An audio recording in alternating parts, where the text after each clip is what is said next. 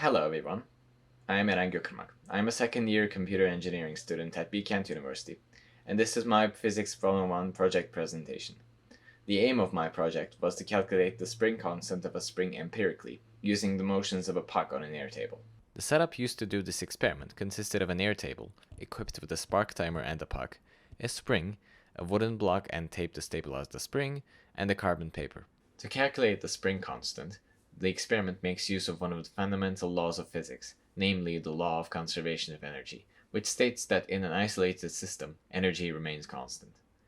Using this law and energy laws regarding springs and moving particles, the experiment aims to find K from known quantities. Firstly, the mass of the puck and the uncertainty of its measurement was recorded. This information was given by the laboratory, which is why we didn't need to measure it ourselves.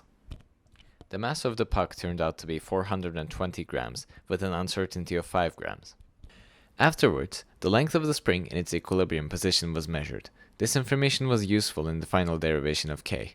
The resting length of the spring turned out to be 9 centimeters, with an uncertainty of 0.05 centimeters. After recording the period of the spark timer, which was 50 milliseconds, mounting the spring to the wooden block with tape, and putting the carbon paper on the airtable, the main procedure of the experiment started.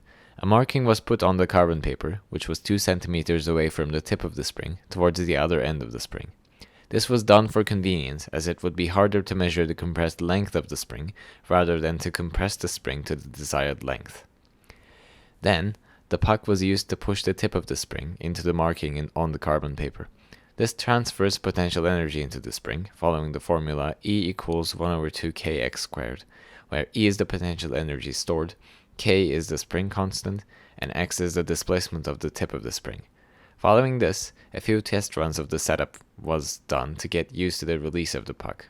Finally, the experiment was conducted by pushing the puck into the spring, releasing the puck while the airtable and the spark timer are on, and measuring the markings left on the carbon paper to deduce the displacement and the average velocity of the puck. The average velocity was found to be 0.649 meters per second. This could be used to find K, as all of the spring's potential energy was transferred to the puck's kinetic energy. This means that K could be found by the formula K equals m times v average squared over xs squared, where K is the spring constant, m is the mass of the puck, v average is the average velocity of the puck, and the xs is the displacement of the tip of the spring. In the end, K was found to be 400 newtons per meter, with an uncertainty of 10 newtons per meter. While the experiment yielded a reasonable value for K, it definitely deviated from the actual value of K. Firstly, as the release of the puck was done manually, there could have been additional force acting on the puck. Air resistance and friction could have also played a role in changing the value found.